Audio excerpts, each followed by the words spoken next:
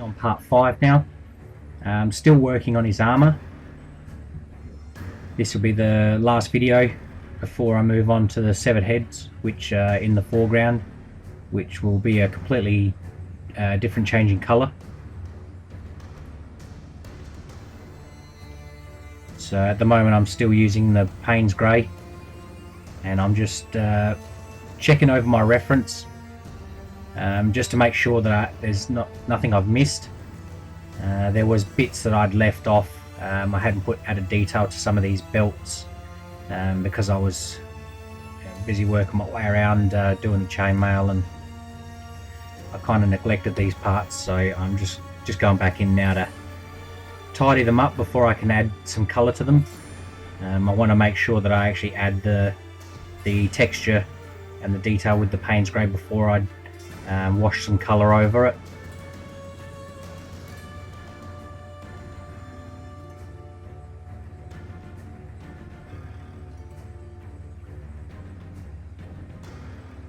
Also decided to switch airbrushes as well. As you can see, I'm using my Iwata HPCH highline.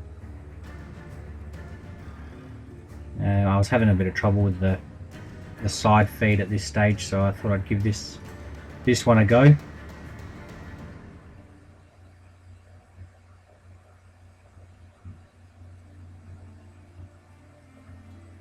So adding some more colour back into the belts. Blunt Trauma Umber, Createx Illustration Bloodline range, just to help with that leather look. Just dusting in some colour over top of it, just very lightly, not going in too heavy, because I do want the texture to come through.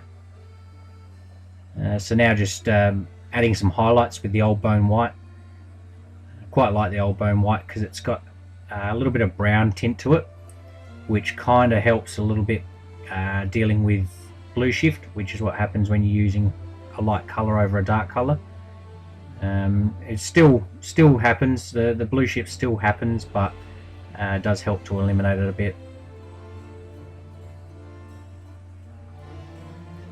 So now working on the lower portion of his armour. Slowly building up the drop shadow. As you can see, I'm not going in too heavy with this.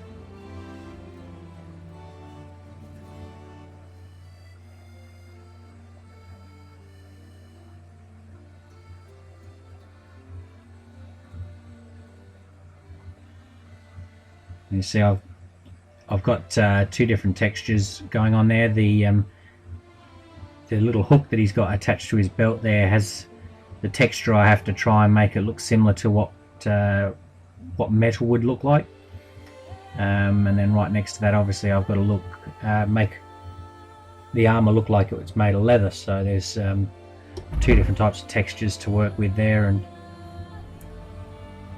using the same color for that, using the Payne's Grey still. And when I'm done, I'll wash a color over it. So the Payne's Grey has been a good base for this whole project. I can just alter the colour right at the end.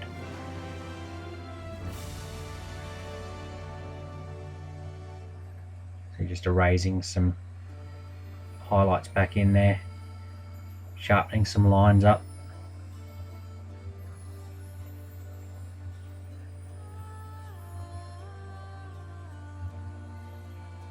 Again, using my freehand shields that I've cut with paper, very useful. And again, I'm running this airbrush at pretty much 25 psi, and the ratio of the mix is, most of the time with the Payne's Grey, I would probably say 60 to 70% paint, the rest reducer.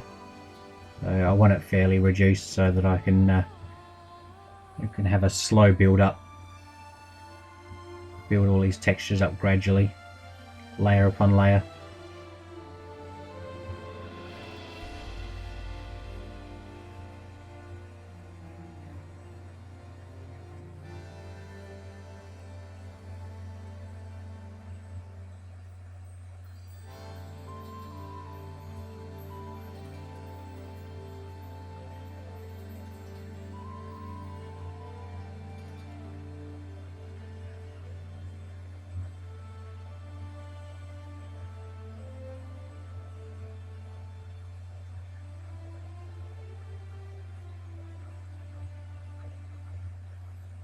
So again, using that on and off technique with the trigger to create the effect of leather, the stippled effect.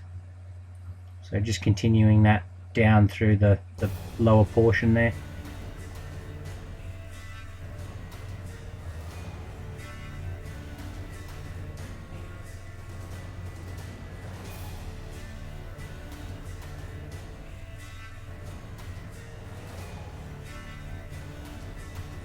You can see that shadow has been gradually getting darker and darker as I progress through. Yeah, it helps to let that sit for a moment, move on to another spot and start working more of the textures in elsewhere, and then it just helps for contrast, because then you can actually judge how much darker you need to go with that that shadow, which the shadow's cast by the hook on his belt by the looks, so that can stand to be quite dark because that's fairly solid object blocking the lights. So, and in the reference it does look quite dark, so we'll go a little bit darker, but for now best I just sort of work my way around other areas just to pull it all together.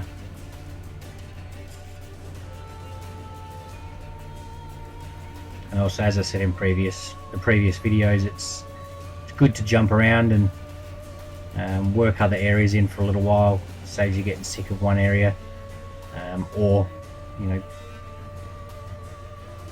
just creating too much detail in one area and it just looks out of place. So it pays to jump around and makes it even, a little bit more even.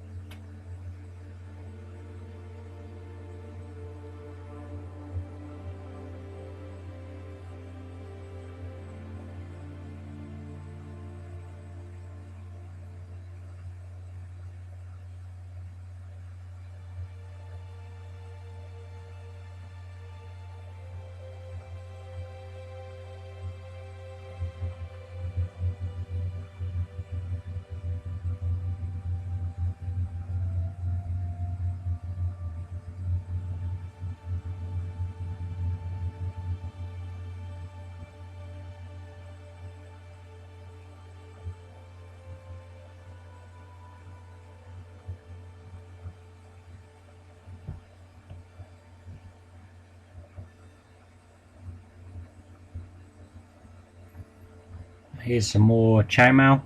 As I showed in the previous video, I laid down a very light coat and now just drawing the chainmail back in. Much better technique than what I'd done with the shoulder area. This was a much quicker process and I think looked more effective.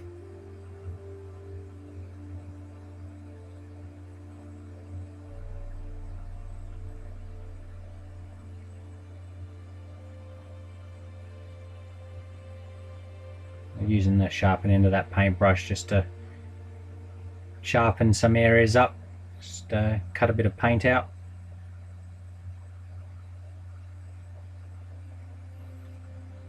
Especially on that hook that's being made of metal, that's got a lot of sharp edges on it. So the erasing's quite useful for that.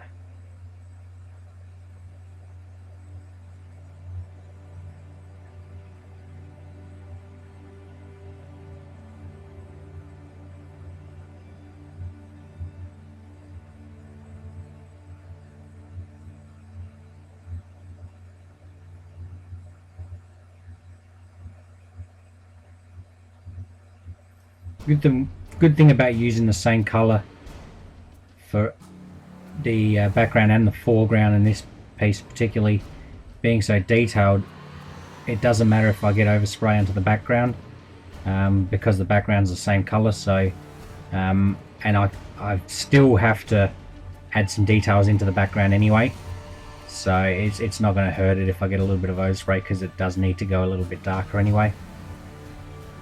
So, which is good, because I didn't need to really mask anything up for this at all, because everything, like I said, just the one color.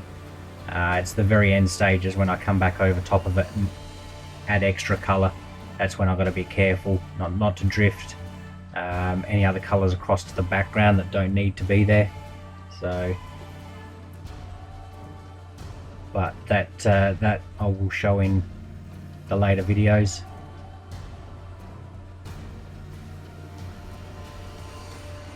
As you can see, like I've been saying, it's very, very light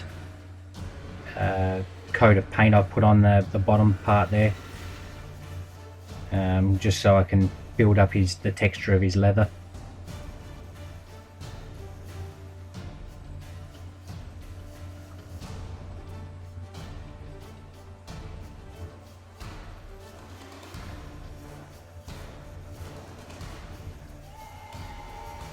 So using the electric eraser to rub in some highlights. They're going to be embers, I think they are, from the flames, from the fire that's in the bottom right corner.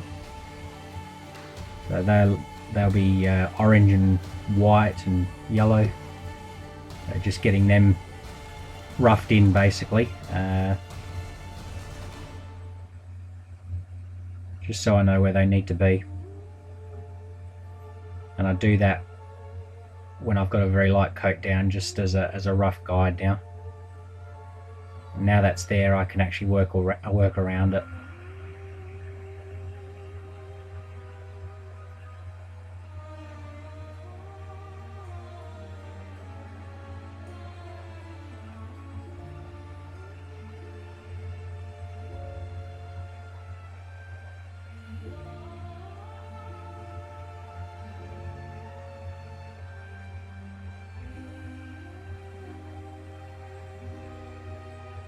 So it's using the airbrush to create the texture there. A little bit of erasing. This is okay to use the eraser and the paintbrush, because at the moment the coat is so light that going over top of this, it'll soften all the those little texture marks up. So I've still got a fair bit of darkening to do on this. So, like I said previously, you've got to be very careful not to it can look out of place if you end up doing really sharp textures, especially for something like a leather look, because leather would be quite a soft texture. But being that it's so light, I've got so much more paint to add over top of it, so many more textures to add over top of it, that it will really soften it up.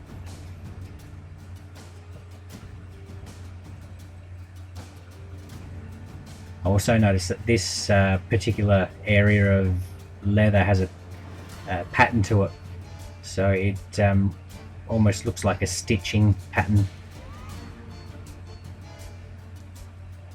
So I actually end up using something I'd found at one of my work sites. It's just like almost like a fly screen sort of material. And I thought that would come in very handy just to spray through, and it did actually work out well. So that will be in a later video, so you'll be able to see that. So here I'm just using the electric eraser just to give myself that very defined line, the very edge of that that hook, because that's made of steel. That needed a very defined line.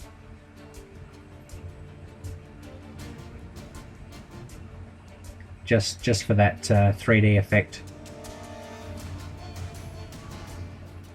just to show that the face of that side of the hook there is facing the light source, which is coming from the left, and then this back side that I'm working on now is the part that it's not catching light, but it will be catching some light, so that's hence the textures I'm adding in there. It needs to catch a little bit of light.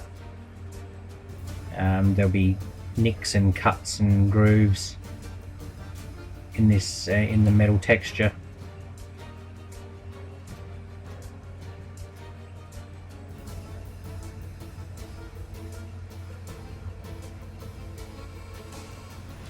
As I said before, the good thing about working in this same color is right now I'm going back in on an area that I worked on previously, just to touch it up basically.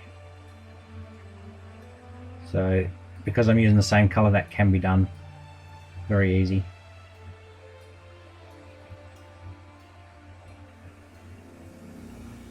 So I'm trying a bit of cross hatching there, just to see if I can get those textures happening.